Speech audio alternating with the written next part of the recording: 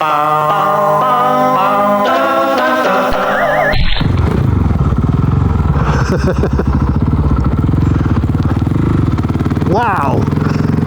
Hello peeps, how you doing? Alright.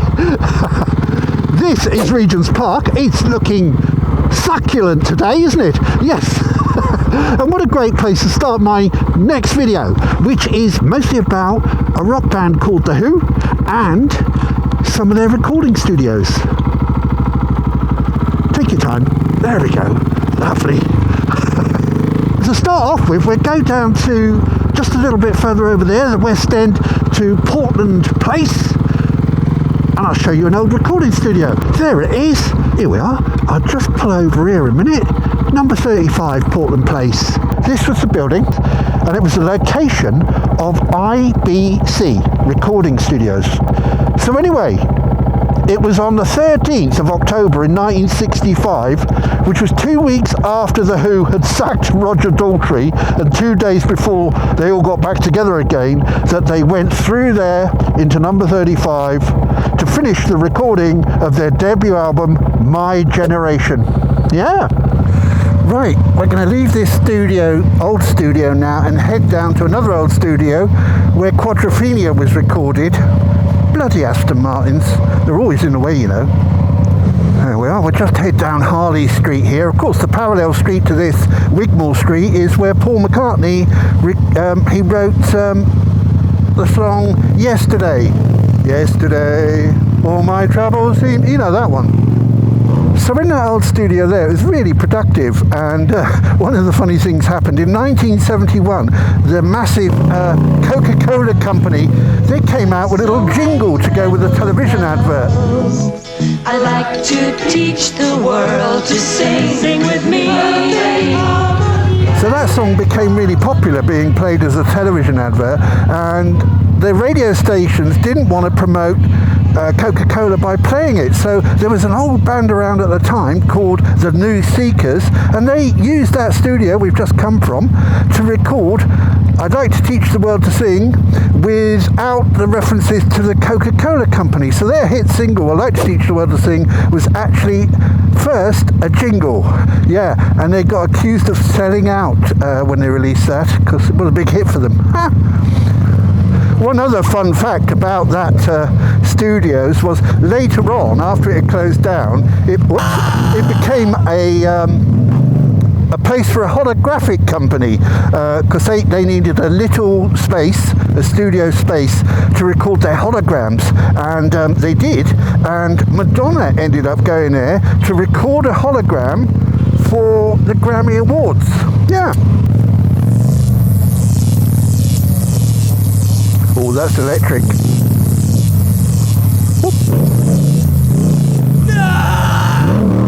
Anyway, another fun fact of that recording studio was a part of it was put aside to develop a instrument called the mellotron. Now, the mellotron was a direct descendant of an American invention called, why don't you go through there, matey? Oh, for fuck's sake. An American invention, I think it was called the Chamberlain, which was, although it was analog, it was the first ever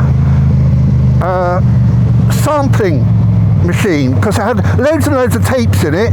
You press a key and a magnetic tape would play, and so it was the first analog sampling machine. But the mellotron, this weird musical instrument, was developed in that studio. In fact, all the samples put on a magnetic tape were recorded in that very studios. And do you know, one of the co-developers of that machine, the mellotron, was a 1970s TV magician called David Nixon, who developed it in partnership with his father-in-law. Yeah. Can we get through there?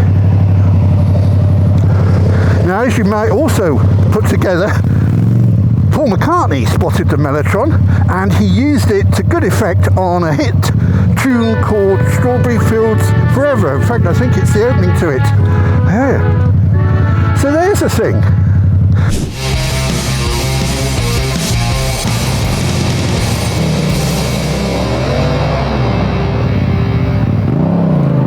Yep. Oh, this is it.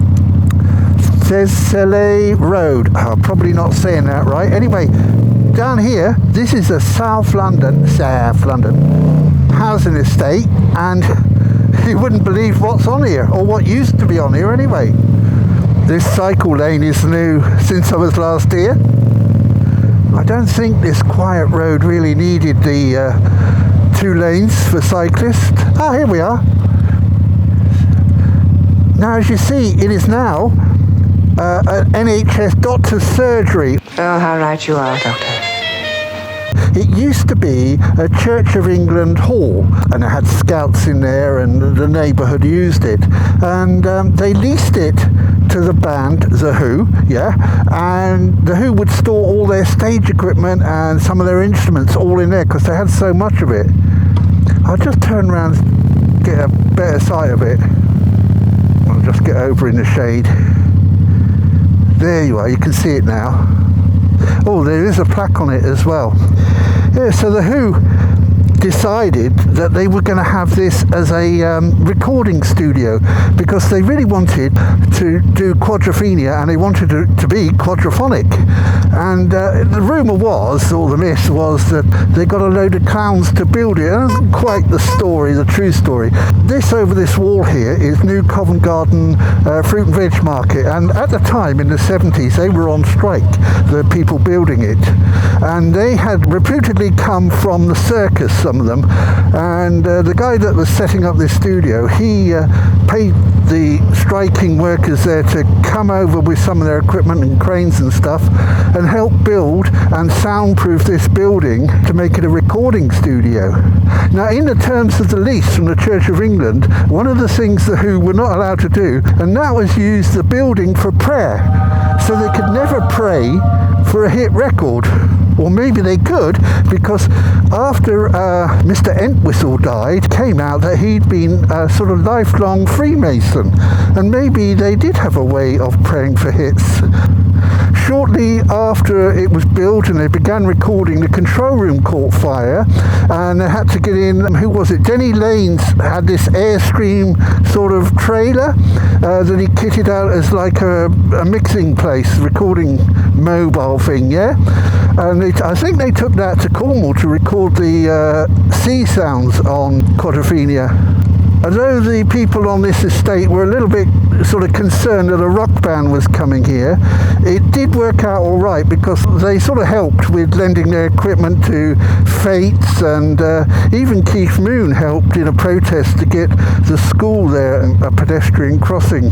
Later on in the studio's life, The Who let it out to other artists like Supertramp. They recorded their album Crime of the Century here. Judas Priest, they recorded Sin After Sin, and Thin Lizzy, they recorded Jailbreak. Eventually the studio changed hands and became part of the Virgin Group, and that's when it changed names from the Ramport Studios. Before it was called the Ramport, by the way, it was called the Kitchen, and then it became just Studio 3, because Studios 1 and 2 and 4 were out in Shepherd's Bush, which we'll be going past in a minute. One thing I forgot to mention, the mixing desk for this building, I think it was a Neve, when the studio broke up, it was flown to America and used in a studio in upstate New York, I think. And when that studio broke up, the guy from Crowded House bought the mixing desk. He jazzed it up with things called flying faders, because you need them, and he's now got it installed in his studio in Auckland, New Zealand. Now Chad, who did appear as the boy in the still photographs in the scooters, afterwards he went back to paint spraying, and then I understand he moved to Fulham in a flat there, and eventually died, I think, of emphysema in about 2011, and that was the end of Chad. So now I'm going to head off, and I want to show you something in Goldhawk Road in West London.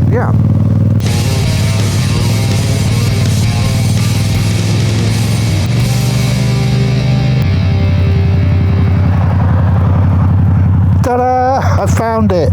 So So as you see, this is marked as the Shepherd's Bush Club, established in 1894. But what it was the Goldhawk Social Club here at 205 Goldhawk Road. It's like a really well-known venue for fans of The Who because, so back in the 60s, Roger Daltrey and Pete Townshend had a band called The Detours, which later became The Who, and this is where they were first on the stage on the 7th of June 1963. Then, in 1965, as The Who, 3rd of December, they played their last gig there. Yeah. So that's why that's got a plaque on the side there showing, you know, that The Who played there, and The Detours. While I'm on the Goldhawk Road, I just want to show you something along here quickly before I go back into town. And it's just here. Isn't it? It's okay, my dear. There, in front of us there. That, oh, in fact, you can still see a little sign of what it was. That was another recording studio. Now, if you remember back at Ramport Studios, I said that ended up being called Studio 3. But this is where Studios 1, 2 and 4 were. This was the Townhouse Studios. And if we look here, just along there, it says Townhouse Mews. It's now luxury flats, but it was a very busy studio, and I have to say they were the friendliest people you could meet in there. Yeah, and loads of people recorded there. Do you know Phil Collins, right? This had a studio with sort of stone wall. I think it was called the Stone Room or something. Anyway, it's very popular with drummers, and Phil Collins does a bit of drumming, and that is where he recorded In the Air Tonight. Elton John went here, he nipped in here to produce a song for Princess Diana's funeral, which sounded a lot like Candle in the Wind, didn't it? Ching ching, you know. Anyway, that was the Goldhawk, the Townhouse Studios. Another Richard Branson built it up. It ended up in the hands of Universal Music, and they just closed it down. Yeah. And fun thing over there, Reg Orpin motorcycles. When I was riding bikes all day, every day, what would happen was things would fall off during the week, and you'd spend the weekend putting things back on the bikes. And Reg Orpin motorcycles, I know it's full of scooters, but it was very good for getting spare parts, you know, because it was like a scrappy. Yeah. Anyway, we're going to go back into town, because if you hang around, I got one more Who place to show you. Thank you. She's nice. So yeah, let's get into town.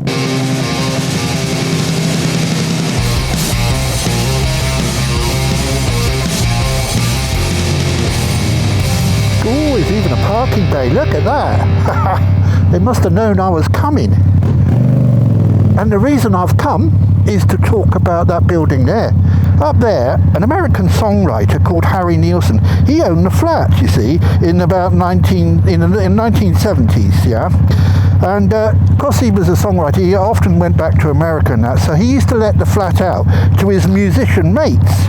Anyway, one day he let the flat out to this famous person called Mama Cass. Now, she was formerly with the Mamas and the Papas, that's how she sort of became famous, but she was over here trying to launch her solo career, and she was also trying to get thin. She was taking these slimming pills, because she was a bit of a heavy lady, or she thought so. She was actually called Cass Elliot, and her and a few of the band members, they stayed in this flat while she had just performed, done this solo at the London Palladium, right? She was headlining. So she comes back here, and she'd done like a few encores, so she was a bit puffed out and that, and she went to bed up in the flat, and she died. I think it was a heart attack, right? Because there was a ham sandwich next to the bed, some awful people have said that she choked on a ham sandwich. As I say, because she was a bit heavy, but she didn't. The ham sandwich, if it was ham, was left untouched. And that was in 1974, right? Anyway, about 4 years later, in 1978, the Who's drummer, Keith Moon, came and stayed in the flat. Not only that, the very same bedroom. Now his problem, he was taking pills to try and stop drinking, and he took too many. And when he came back here, in the same bed that Mama Cass died, he also died. So what happened after that was Pete Townsend bought the flat. How weird. Yeah, so that's why we came here. Yeah, thought you'd like to see that. That's showing off, that is. Well, that's about the end of it. Look at this. This is Regent's. They've ruined this road by narrowing it. They've ruined it. Yes.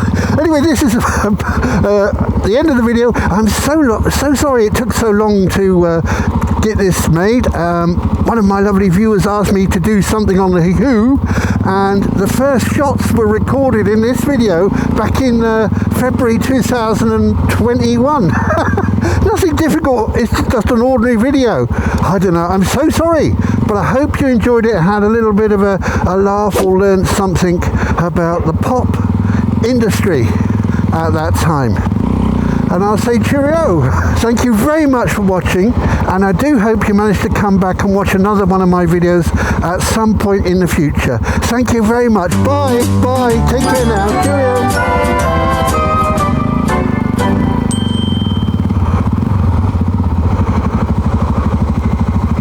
What is he doing? I don't know what he's doing.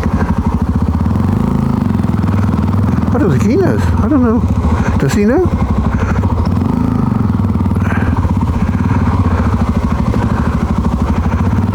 Oh yes, I think so.